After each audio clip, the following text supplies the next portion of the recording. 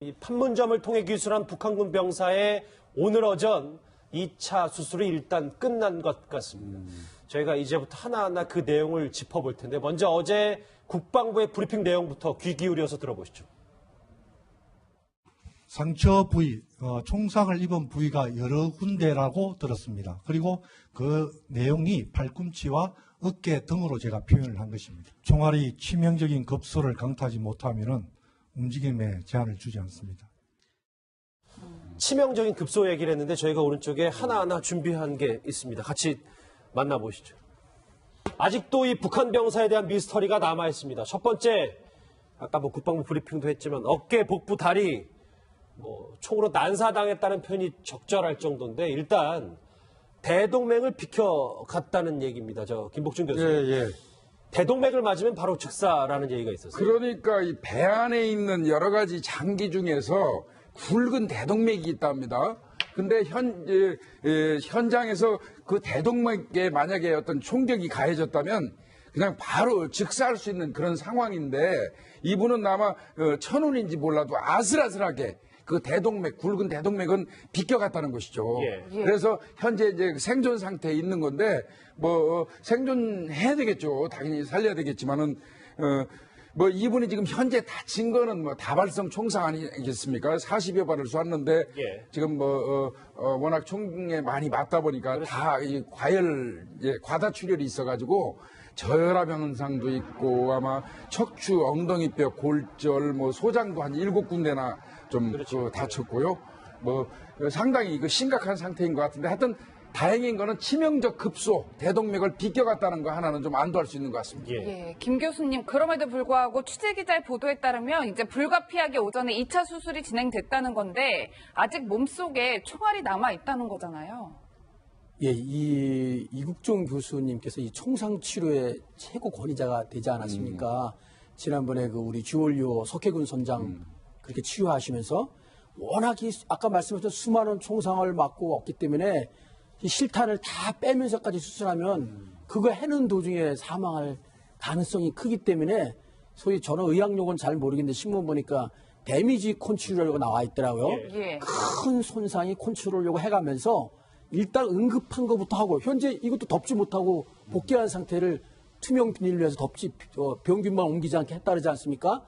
그래서 아마 그거 해놓고 조금 여력이 되면 그때 하나 이 총알 남은 거는 뽑아내지 않을까, 제거하지 않을까, 그렇게 생각합니다. 지금 방금 전에 데미지 컨트롤에 대한 용어 설명이 나왔는데 그러니까 이 환자의 체력이 허락하는 한에서 생명을 직결되는 조치만 이제 응급으로 취한 뒤에 차후에 시간을 갖고 치료하는 방식이라는 얘기인데요. 예. 사실 저희가 예상했던 여기 계신 전문가들도 계시지만 저희가 예상했던 것보다 오늘 오전 2차 수술이 일찌감치 들어갔고 그것도 좀 일찍 끝났습니다. 이유가 무엇이었는지 전문가에게 저희가 직접 들어봤습니다. 같이 들어보시죠. 살이 죽어서 이렇게 괴사되는 속도가 예상보다 빨랐거나 아니면은 그 환자분의 감염 상태가 진행을 하고 있으니까 그거를 빨리 제거하려는 게 아닌가. 문제는 이제 감염이거든요. 그 세균들이 이제 몸으로 퍼져가지고 폐혈증으로 해서 사망하는 그게 이제 제일 우려되는 경우인데 그래서 아마 정외과적으로는 살이 일부 썩어 들어갈 수도 있고 그러니까 그냥 예방적으로 그냥 빨리 제거를 해주는 것이 아닌가. 지금 방금 들은 의료 전문가, 의학 전문가 얘기만 들어보면 지금 상태가 더 심각해서 감염 상태가 빨리 진행되니까 2차 수술을 빨리 진행한 건 아닌가라는 얘기입니다.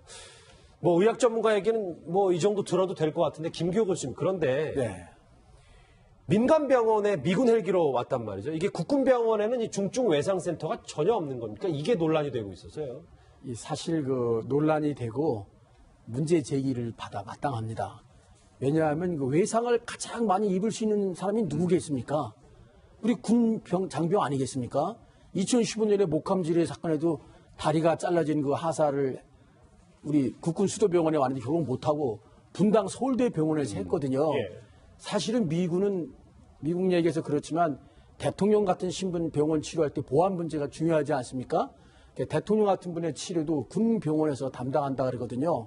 그래서 다른 거는 몰라도 외상 치료만큼은 우리 군 병원 분당에 가면 수도병원이라고 최고 우리 높은 병원이 있거든요. 예. 거기 또 전문 의료진도 좋고 우리 군에서 이제 이거 문제가 제기돼서 2017년까지 현대화 계획으로 해서 정말로 이 보건 발전 계획을 세웠는데 예산 문제도 있고 또 이 군의관을 계속 확보하기가 좀 어렵습니다. 막상 일이 터졌을 때는 믿고 맡길 수 있는 의료진이 없다. 왜냐하면 이게 의사 급여는 바깥에서 병원에서 의사 급여로 받는데 군의는 이게 군의관도 계급이 있어서 대위는 대위 급여로 소령은 소령으로 급여를 받거든요. 그렇겠네요. 그래서 더 줄 수 있고 이게 이제 군의관 문제가 지금 심각한 문제가 되고 있습니다. 예. 뭐 안 소장님 그렇다면 만약 북한에서는 이렇게 군인이 크게 다쳤을 때 총상을 입었을 때는 어떻게 치료 과정이 진행이 되나요? 거기서도 이제 사단 군의소라는 게 전방에 사단별로 있는데 그 사단 군의소를 후송을 해야 되죠.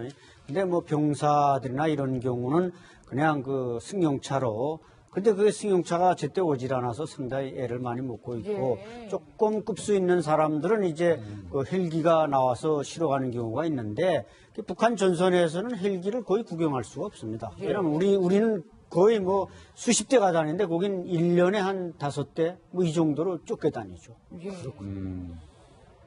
준비한 거 한번 보실까요? 어쨌든 불행 중 다행으로 대동맥은 비켜갔지만 지금 2차 수술이 예상보다 빨리 진행됐고 방금 전에 2차 수술이 끝났는데 이 의학 전문가들의 얘기에 따르면 지금 감염 상태가 무척 빠를 수도 있기 때문에 좀 뭔가 조치를 취한 거 아니냐라는 예상을 하고 있습니다.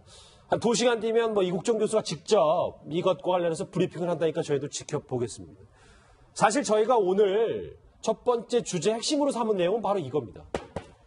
이 미스터리한 북한 병사가 판문점 대표부 소속이라는 일부 보도가 나왔는데 안 소장님 어떻게 좀 신빙성이 있는 얘기인지요? 거의 뭐 신빙성이 있죠. 왜냐하면 그 집차를 몰고 일단 판문점까지 들어왔다는 자체가 그 판문점 대표부 그러니까 북한은 1993년에 이제 군사정전위원회를 거부하면서 인민군 판문점위원회라는 걸 만들어놨습니다. 북한 측에는 정전 중립국감독위원회 송원도 없고 정전위원회라는 것도 없고 저들 멋대로 판문점위원회를 만들어놨습니다. 거기에 이제 대표가 육군 소장이고 정치부장, 보위부장들이 다 소장 내지 대저가 있고 그 이렇게 민경이 쫙 그 휴전선을 지키지만 이 판문점을 지키는 또 민경 4개 중대가 있습니다. 잠시만요. 안 소장님이 당시 북한에 계셨을 때 민경중대 소속이셨었던 거예요? 그렇죠. 저도 민경 소속인데. 그럼 민경중대라는 용어가 정확히 뭐를 뜻하나요? 민경중대가 바로 DMZ 안을 지키는 민사경찰.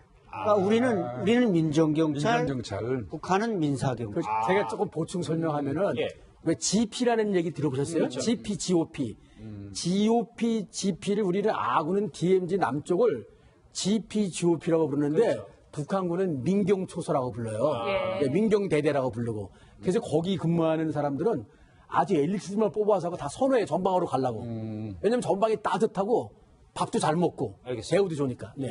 말씀하시죠, 민경. 그러니까 이제 군복을 지금 판문점 소속 민경 군복으로 나타났다 이렇게 지금 전해지고 있는데, 그러니까 북한군은 어떤 부대에 근무하냐에 따라서 군복기 색깔과 질이 다릅니다. 그러니까 일반 보병은 뭐 헌방직을 준다면은 이 민경은 모직 내지는 대트론, 훨씬 고급 기지를 이제 중국에서 사다가 군복을 만들어 입히는 겁니다. 그렇기 때문에 우리가 지금 저 병사의 복장만 보고 판문점 소속이다. 그러니까 판문점의 그 경무원들은 다 장교인데도 하전사 계급장을 달고 나와 있단 말이죠. 근데 저 사람은 하전사 복장을 한 거 보면 이제 차를 몰았다는 것은 장교는 아닌 것 같고, 어쨌든 민경 소속이라는 것은 뭐 거의 확정적이라고 볼 수 있습니다. 그렇다면 김 교수님, 저희가 이 귀순한 병사를 판문점 대표부 소속, 민경부대 소속, 장교다, 뭐 하사다, 뭐 이렇게 표현을 하면 올바른 표현일까요? 아직은 표현하기가 어렵습니다. 왜냐하면은 그들의 복장을 입는데도 실제 계급이 아닐 때가 많아요. 98년 때도 그 변용관 상위라고, 상위면은 소위, 중위, 상위, 대위. 근데 북한군은 대위쯤에 속하는 계급인데 하전사 복장을 입고 왔거든요. 북한군들은 실제로 그 어로 작업할 때 민간인이도 위장한다고 그래서 복장이나 계급을 수시로 저희한테 위장하기 때문에 현재로는 알 수 없습니다. 근데 안 소장님 말씀한 대로 운전을 했다, 그런 거 봐서는 한 부사관 이상일 것 같고 예.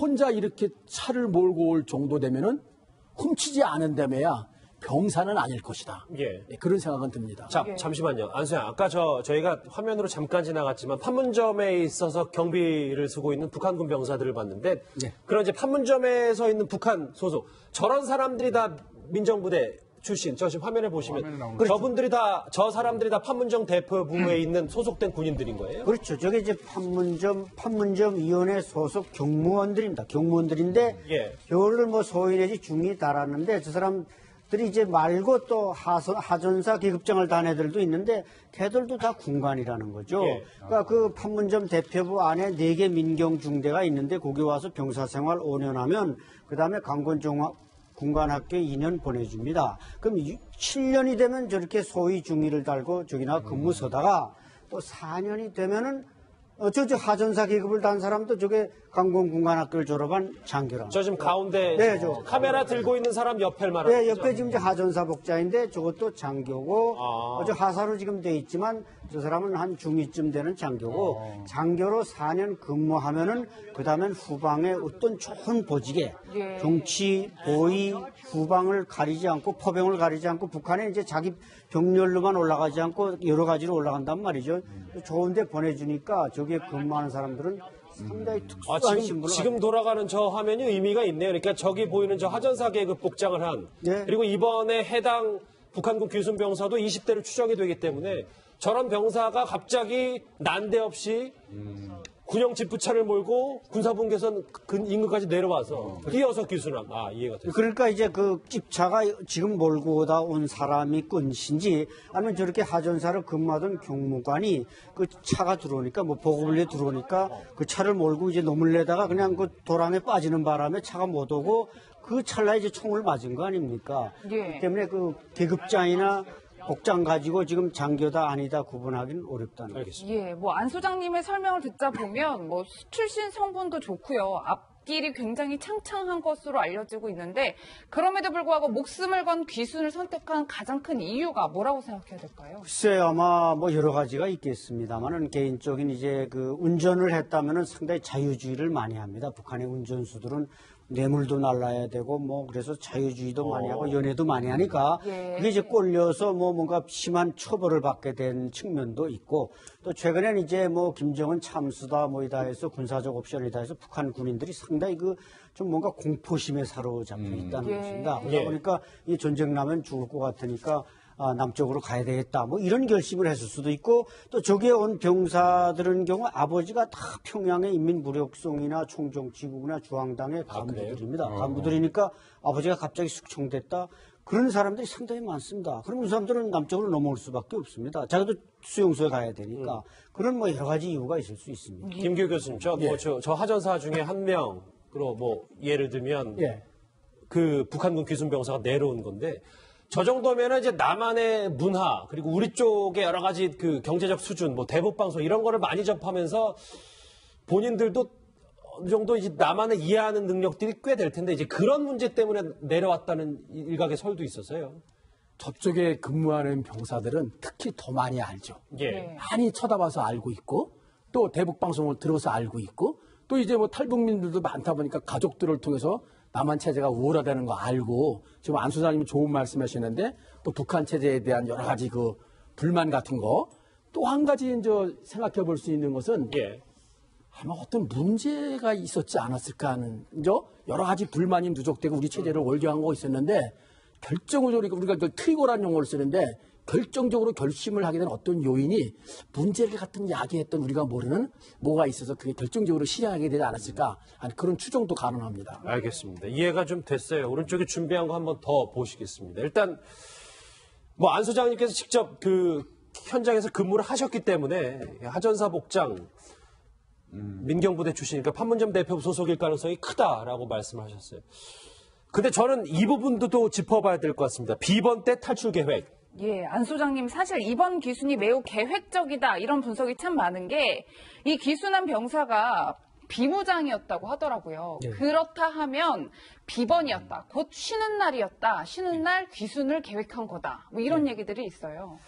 사실 이게 운전을 하는 그 민경에는 대체로 권총을 지급을 합니다. 자동소총보다는. 운전하는데 이제 총을 휴대해야 되는데 자동보총은 주지 않고 권총을 주는데, 그러니까 저 친구의 계급이 뭔지 지금 군관인지 병사인지 그게 밝혀 안 줘서 그렇지만 어쨌든 비무장 상태로 탈북을 시도한 건 아주 잘못한 일이죠. 항상 탈북을 하려면 무장을 휴대해야만 됩니다. 그래야 이제 누가 사격할 때 상대 응사해서 자기 목숨을 건질 수가 있는데 예. 그런 거 보면은 준비는 치밀히 했지만 그 돌발적인 상황에서 무기를 손에 놓지 못하지 않았는가. 혹은 또 무기를 갑자기 떨궜다든지 뭐 AK 소총을 들고 오다가 뭐 갑자기 그 차 안에서 놓고 내리면서 일단 그 조금만 더 가면 넘어서면 되니까 그러니까 응사할 생각보다는 탈출에 더 집중을 하다 보니까 총은 집차 안에 있었을 가능성도 없지 않습니다. 비번일 수도 있고 아닐 수도 있다. 예, 말씀하십시오. 그 비무장지대에서 가장 취약한 시간대가 오전 시간입니다. 오전이요? 네. 해 넘어가면 다 밤에는 근무 투입을 전원 총총히 하기 때문에 그때는 어려운데요. 밤새도록 근무했기 때문에 아침에 거의 다 잡니다. 아침에 잘 때는 누구만 있냐면 상황 근무자하고 고가 초소에 근무해서 감시하는 사람하고 순찰조 정도만 있습니다. 예. 그래서 이 사람이 계획적으로 탈출했으면 오전 시간대에 탈출했어야 되고 늦은 점심을 먹고 이런 3시 때는 다 일어나서 다시 저녁 때 투입할 준비를 하는 그런 시간이거든요. 그러니까 그러니까 이틀 전에 네. 3시 15분은 집중력이 최고조에 있을 시간이었다는 말씀. 최고조는 아니지만 예. 다 깨어있을 시간이죠.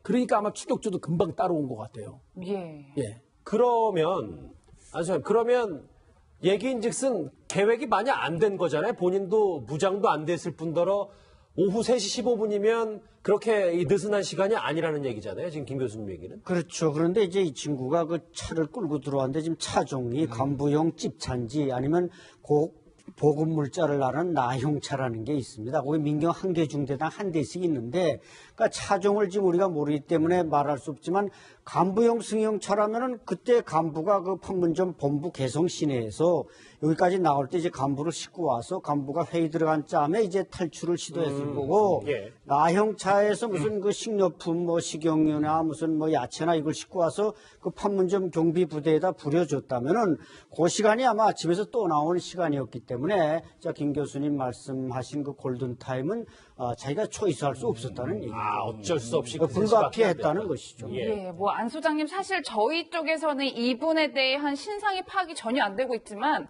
북한 측에서는 이미 다 알고 있을 거 아니에요? 당연하죠. 그럼 이 귀순한 병사의 가족들을 찾아 나섰다, 이미 가족을 그렇죠. 포섭하고 있다, 저희가 이렇게 보면 될까요? 그렇죠. 이게 뭐 제가 아까 말씀드린 대로 거기에 나온 사람들은 다 군에도 상주하 이상, 연대장급 이상 간부 자녀들이고 그렇기 때문에 아마 아버지나 부모도 상당히 친척도 고위층일 가능성이 그렇겠죠. 높습니다. 예. 그러면 북한은 벌써 그 가족을 딱 그 고위송에서 가서 장악을 하고 이동을 못하게 하고 모르죠. 이제 뭐 그 북한이 최근에 탈북자들 아주 노골적으로 잘 활용하는데 저 부모를 내세워서 뭐 불의 사고로 넘어갔으니까 돌려보내라든지 이런 북한의 벌써 시나리오들을 준비하고 있을 가능성은 높습니다. 예. 시간대로 봤을 땐 본인이 선택할 수 없었을 수도 있고 다만 무장 상태가 아니었기 때문에 완벽하게 계획은 되지 않았을 수도 있다. 뭐 여기 계신 전문가들의 의견인데 알겠습니다.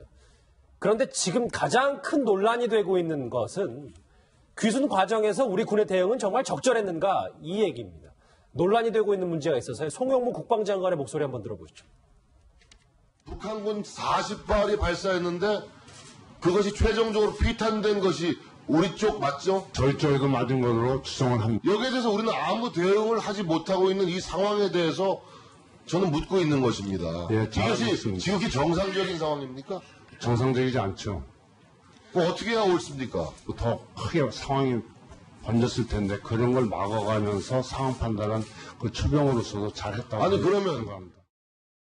국방장관 얘기는 더 상황이 크게 안 번지게 일정 부분은 잘 막았다라는 얘기 같은데 김규 교수님. 예. 어제 저희가 이 시간에 왜 대응 생각을 못했는지에 대해서 많이 얘기를 했었잖아요. 예. 그럼 최소한 뭐 하늘로 쏘는 뭐 공포탄이라든지 경보 사격은 좀 했었어야 되는 거 아니야라는 얘기는 있습니다. 그러니까 전반적으로 대응을 잘했더니 좀 아쉬운 점이 좀 보이는 게 있거든요. 예를 들면은 그 40발을 쏠 때 그 우리 쪽으로 군사분계선을 넘어서 뛰어올 때 그때까지도 사격을 했는가? 그래서 그 총알이 우리 측에 떨어졌는가? 피탄됐는가? 그런 문제. 그 다음에 또 우리 초병한테 직접 위해를 가면 저도 자위권 바통쳐서 바로 대응 사격할 수 있거든요. 예. 우리 초병한테 안 하려고 우리 땅에 떨어졌다 그러면 저희도 한 땅에 어딘가 그만한 발수로는 사격했어야 되지 않느냐. 위로 쐈거나 아니면 적병을 향해서 쏘진 않더라도 위협 사격 정도 해서. 그러니까 저게 지금 자막에 나오는 경고사가 위협 사격이다 하늘로 쏘거나 땅으로 쏘거나 그런 말이잖아요. 그렇죠. 근데 이제 땅으로 제가 더 하는 말은 그 추격해서 오니까 더 많이 쏘지 못하도록 그 앞에다가 쐈으면 하는 아쉬움이 있는데. 예. 근데 이게 지금 전반적으로 보면은 3시 한 15분부터 쓰러진 31분까지 한 16분 동안 소리는 들었는데 어느 지점에 어떤 상태로 쓰러져 있는지 저희가 정확히 보지 못한 거 아닌가 하는 생각이 들어요. 봤을 것 같으면 저희도 병력을 이동시켜서 그렇겠죠. 어떻게 했고 했어야 되는데 그 시간이 지금 잘 풀리지 않기 때문에 어떻다 단정적으로 잘했다 못했다 말하기가 힘들 것 같아요. 예. 하나 제가 이렇게 추정해 가는 거는 대대장은 이제 그렇게 되면 다 전원 전투 배치가 되거든요. 예. 그거 찾는 것보다 우선 상황이 급하고 총성이 40발 되니까 전원 전투 배치해서 만일의 사태에 대비하기 위해 준비하는 거 그거 지휘하는 게 더 바빴지 않았겠나 그런 생각이 듭니다. 예. 예, 뿐만 아니라 이런 대응도 문제지만 그 추후의 상황을 어떻게 정리하느냐도 지금 도마에 올랐는데 최초에는 실탄이 넘어왔다라고 얘기를 했다가 이후에 논란이 되니까 가능성이 있다 또 이렇게 말을 바꿨단 말이에요. 그러니까 제가 그런 걸 종합해보고 아까 말씀드린 거 16분간 정확히 보지 못하고 소리만 들었지 않았나. 봤으면은 뭐 넘어오고 넘어갈 때까지 쐈다든가 뭐 바로 대응도 하고 여러 가지가 있었을 텐데 예. 그게 안 됐기 때문에 그 잘 그러면 대응보다는 경계태세가 잘못됐다 이렇게. 예, 약간 좀 그런 생각이 듭니다. 거기가 뭐, 사각지대라고 낙엽이 많이 숲을 우거졌다 그러긴 한데, 판문점 거기는 워낙 민감한 부분이어서 좀 사각지대가 있을 일은 없거든요. 그런데 김복준 교수 장관은 어제 국회에 나와서 우리 쪽으로 총탄이 넘어왔다고 했고 합참은 아니라고 하고 그럼 제대로 아까 뭐 봤던 경계태세가 부족한 거고 그럼 뭐 이건 군 스스로 좀 문제를 자초하는 거 아니에요? 아니 장관한테 보고된 시간도 상당히 지연된 걸로 드러났지 않습니까? 그래서 지금 송영무 국방장관이 오고 난 이후에 이 군과 어떤 그 커뮤니케이션이 약간 좀 삐걱거린다는 그런 느낌이 있거든요. 근데 뭐 하여튼 여하간 군하고 국방부 장관하고 이 직라인에 삐걱거리는 현상이 있다면 뭐 우리 국민들이 불행한 일이니까요. 예. 이런 부분은 좀 신경을 써야 될 것 같은데 예. 저도 조금만 한마디만 좀 첨부할게요.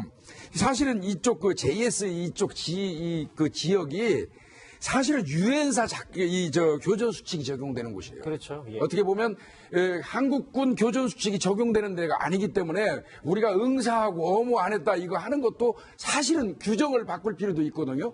그런 부분도 좀 참작을 해야 될 것 같아요. 그게 예. 전체적인 유엔사 정전 교전 규칙이 적용이 되지만 초병이나 이런 거에 직접 위해가 될 때는 우리 한국군 교전 그렇죠. 규칙 적용이 돼서 네. 이번에는 참 이게 애매하게 된 게 직접 우리한테는 위해가 안 됐고 그러다 보니까 이런 여러 가지 사각지 생기게 된 거거든요. 예. 예.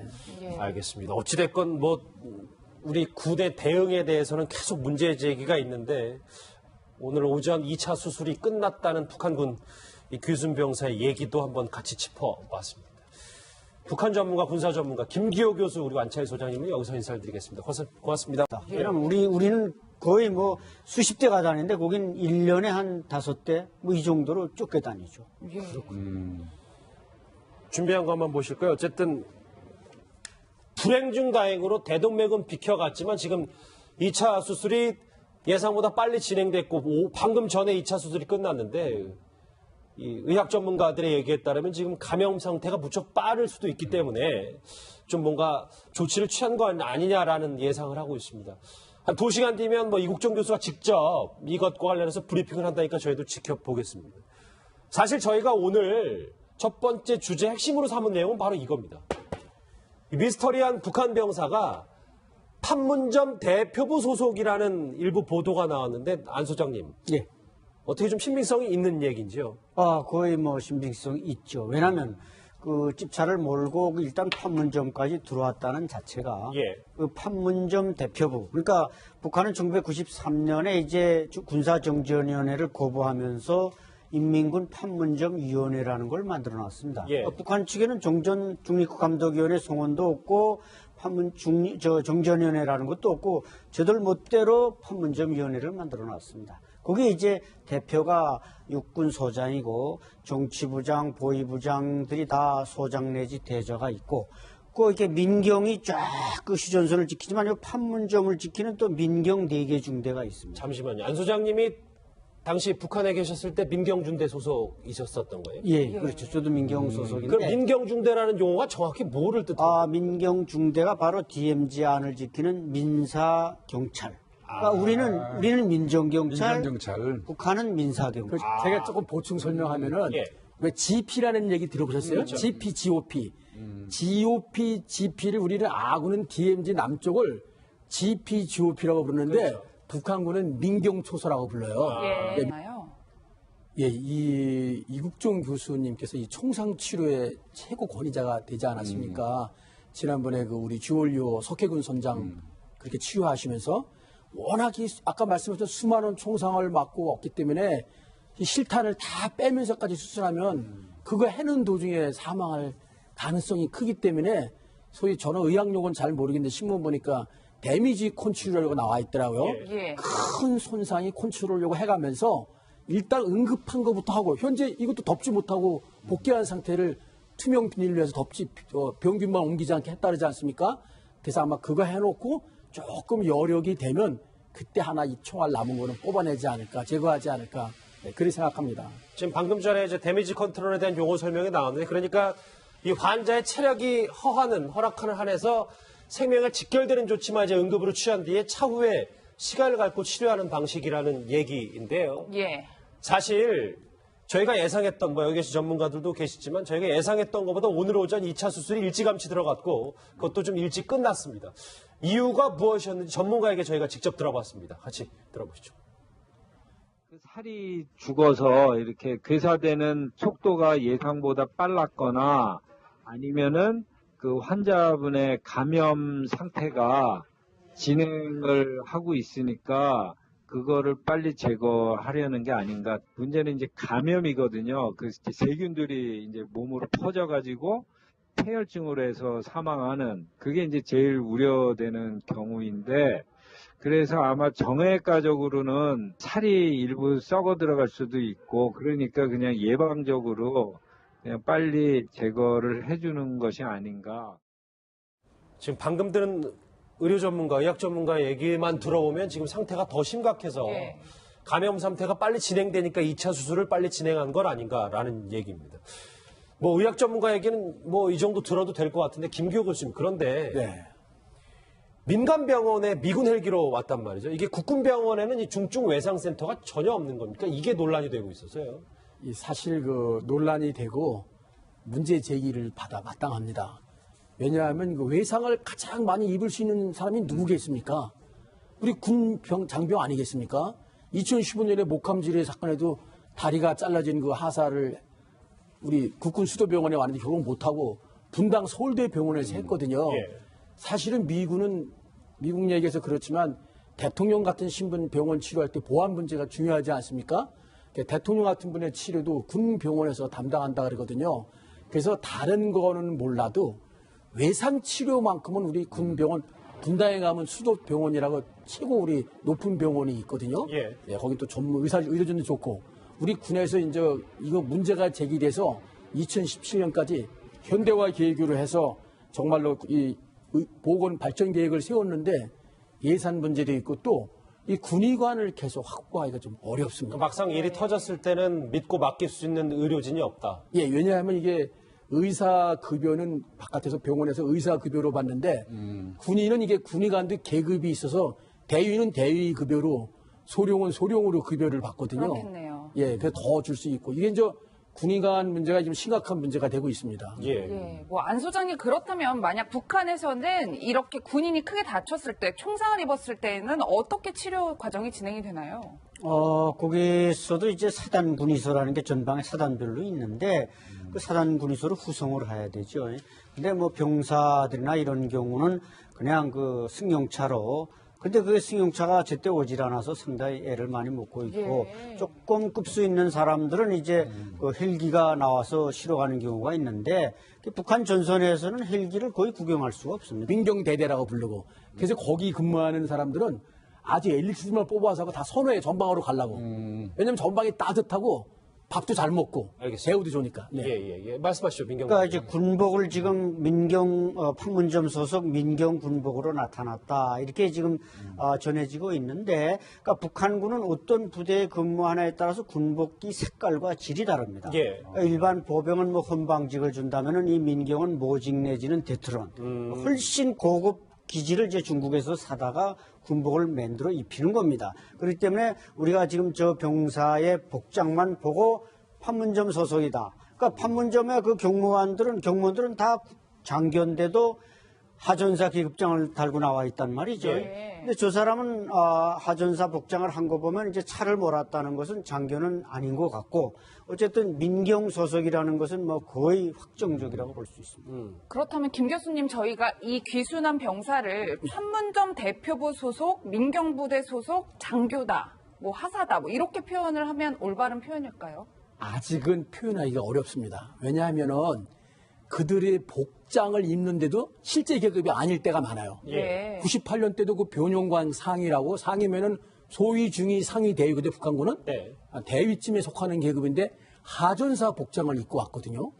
북한군들은 실제로 그 어로 작업할 때 민간인이도 위장한다고 그래서 복장이나 계급을 수시로 저희한테 위장하기 때문에 예. 현재로는 알 수 없습니다. 근데 안 소장님 말씀한 대로 운전을 했다. 그런 거 봐서는 한 부사관 이상일 것 같고, 예. 혼자 이렇게 차를 몰고 올 정도 되면은 훔치지 않은다며야 병사는 아닐 것이다. 예. 네, 그런 생각은 듭니다. 자, 잠시만요. 안수양, 아까 저희가 화면으로 잠깐 지나갔지만 판문점에 있어서 경비를 쓰고 있는 북한군 병사들을 봤는데, 네. 그런 이제 판문점에 서 있는 북한 소속, 저런 사람들이 다 이 판문점을 통해 기술한 북한군 병사의 오늘 오전 2차 수술이 일단 끝난 것 같습니다.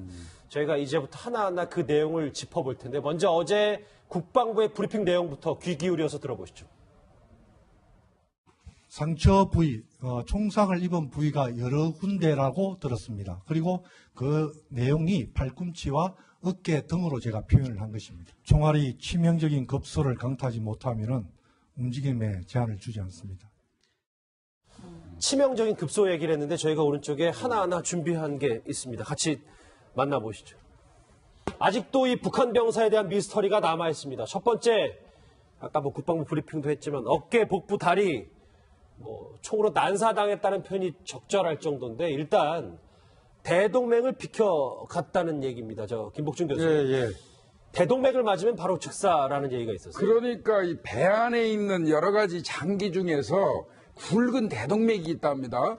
근데 현장에서 그 대동맥에 만약에 어떤 총격이 가해졌다면 그냥 바로 즉사할 수 있는 그런 상황인데, 이분은 아마 천운인지 몰라도 아슬아슬하게 그 대동맥, 굵은 대동맥은 비껴갔다는 것이죠. 예. 그래서 현재 이제 생존 상태에 있는 건데, 생존해야 되겠죠. 당연히 살려야 되겠지만은, 이분이 지금 현재 다친 거는 다발성 총상 아니겠습니까? 40여 발을 쐈는데, 예. 지금 워낙 총에 많이 맞다 보니까 다 이 과다출혈이 있어가지고, 저혈압 현상도 있고, 아마 척추, 엉덩이뼈, 골절, 소장도 한 7군데나 좀 다쳤고요.